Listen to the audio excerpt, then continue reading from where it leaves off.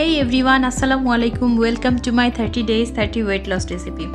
আজকে থাকছে ওটসের একটা প্রিপারেশন। আমাদের ওয়েট লস জার্নিতে ওটস একটা অবিচ্ছেদ্য অংশ হয়ে দাঁড়িয়েছে। সাদা চাল পরিহার করে আমাদেরকে সবাই ওটসে শিফট করতে বলে।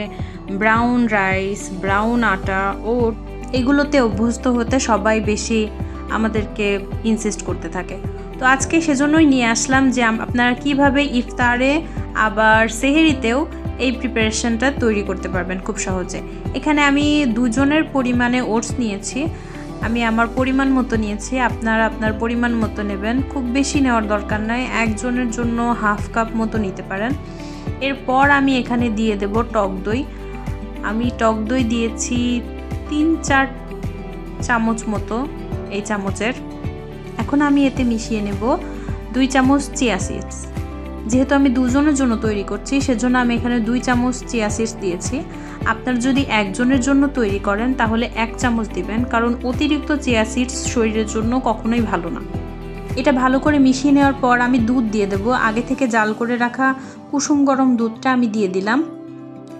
এরপর আমি এটা ভালোভাবে মিশিয়ে রেফ্রিজারেটরে রেখে দেব। আর আমি যখন এটা খাবো তখন বের করে জাস্ট ফল মিশিয়ে নিলেই হয়ে যাবে। এখন আমি আপনাদেরকে এর উপকারিতা সম্পর্কে একটু বলি। ওটসে প্রচুর পরিমাণে ফাইবার আছে, আর যা কিনা আমাদের অনেকক্ষণ ধরে পেট ভরা রাখতে সাহায্য করে, কোলেস্টেরল কমাতে সাহায্য করে, আর হজমের জন্য এটা অনেক ভালো। আর তাছাড়া টক দই প্রোবায়োটিক থাকে যা গাট হেলথকে ভালো রাখে, আবার প্রোটিনও থাকে যা শরীর গঠনে অনেক সাহায্য করে। আর দুধ তো আমরা সবাই জানি যে ক্যালসিয়াম থাকে, প্রোটিনের একটা ভালো উৎস, আবার আমাদের হাড়কে মজবুত করে আর শক্তি দেয়। চিয়া সিডসে ওমেগা 3 ফ্যাটি অ্যাসিড আছে, ফাইবার আছে এবং প্রোটিন সমৃদ্ধ। এটি মেটাবলিজম বাড়ায়, আবার পেটের হজম প্রক্রিয়াকেও সাহায্য করে। আর বিভিন্ন ধরনের ফলে আমরা ভিটামিন পাবো, মিনারেল পাবো, অ্যান্টিঅক্সিডেন্ট সরবরাহ করবে এগুলো। তাই নিজের পছন্দ মতো ফলগুলো দিয়ে এগুলো আপনি মিক্সড করতে পারবেন। আমি এখানে একটা গ্রিন অ্যাপেলের অর্ধেকটা দেব, আর আমি কিছু আঙ্গুর কেটে নিয়েছি, এগুলো আমি এর সাথে মিশিয়ে নেব।